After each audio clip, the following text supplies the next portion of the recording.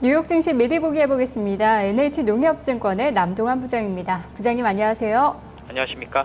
네, 뉴욕 증시도 여전히 스페인을 많이 신경 쓰는 분위기인데요. 오늘 밤은 어떤 점을 주목해야 할까요?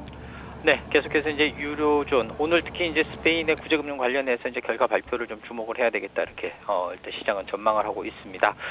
그런 가운데서 계속해서 이제 중국 쪽 소식들에 대해서, 눈을 돌리고 있습니다. 부양책 발표에 대한 기대감들이 작용이 되고 있는 가운데, 시장 자체는, 부양 효과의 기대감, 이와 대치되는 것이 이제 펀더멘탈이 부진하다는 부분이 이제 공방전을 치르고 있습니다. 특히 최근에는 3차 부양 정책 발표 이후 부양 효과에 대한 의구심들이 시장을 좀 이끌면서 불안 심리를 이끄는 모습을 보였습니다. 그런 가운데서도 계속해서 이제 시장을 지지하고 있는 요인은 부양 효과에 대한 기대감들이 작용을 하고 있다라는 부분입니다. 반면에 경제 지표들을 통해서 계속해서 경기 둔화 움직임들이 좀 나타나고 있는 모습을 보이면서 두 가지 요인이 크게 대치되는 양상을 보이고 있습니다. 이에 따라서 최근 제한적인 움직임 속에서 공방전을 치르던 미국 증시는 제한적인 가운데에서도 소폭의 조정 양상을 나타내는 모습을 보이고 있습니다. 아직까지 단기적으로는 좁은 박스권에서의 등락이 좀 시도될 것으로 판단이 되고 있습니다.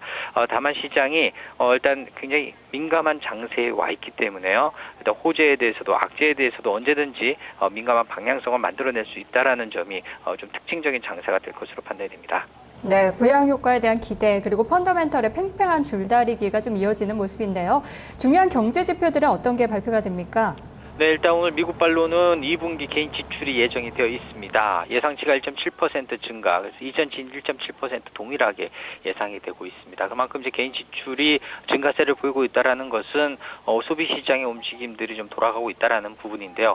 그런 가운데서 시장은 일단 개인 소비 시장의 동향과도 일단 더 중요하게 생각을 하는 것이 최근 이제 부양책 발표가 주택시장 안정화에 포커스를 맞추고 있기 때문에 주택시장 발표에 좀 더 민감할 것으로 판단이 됩니다. 오늘 잠정주택 판매 0.3% 증가에 그치면서 이전치인 2.4%에는 미치지 못할 것으로 판단이 되는데요. 이 부분을 어떻게 읽어낼지가 좀 관건이 될 것으로 판단이 됩니다. 그 밖에 경기 동향을 나타내주는 8월의 내구재 주문, 이전치가 4.2% 증가를 했었는데 이번에 5%가 감소를 보이면서 내구재 주문은 경기 동향이 좀 부진한 움직임을 보이는데 일단 힘을 쏟을 것으로 판단이 됩니다. 그 밖에 매주 목요일에 발표가 되는 주간 신규 실업수당 청구 건수 37만 5천 건으로요.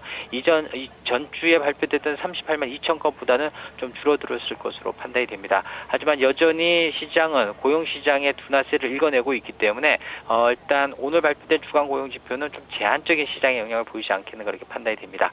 기술적으로도 굉장히 중요한 장세를 보이고 있습니다. 이제 좁은 박스권의 움직임을 보이고 있는데 최근 이틀간의 조종세를 보이면서 일단 박스권의 움직임에서 이제 좀 하단 부분으로 움직임이 이어지고 있습니다. 이에 따라서 추가적인 조정에 대한 시장의 준비 그리고 민감도들도 어느 정도 좀 증가할 수 있다라는 부분 염두에 둬야 되겠습니다.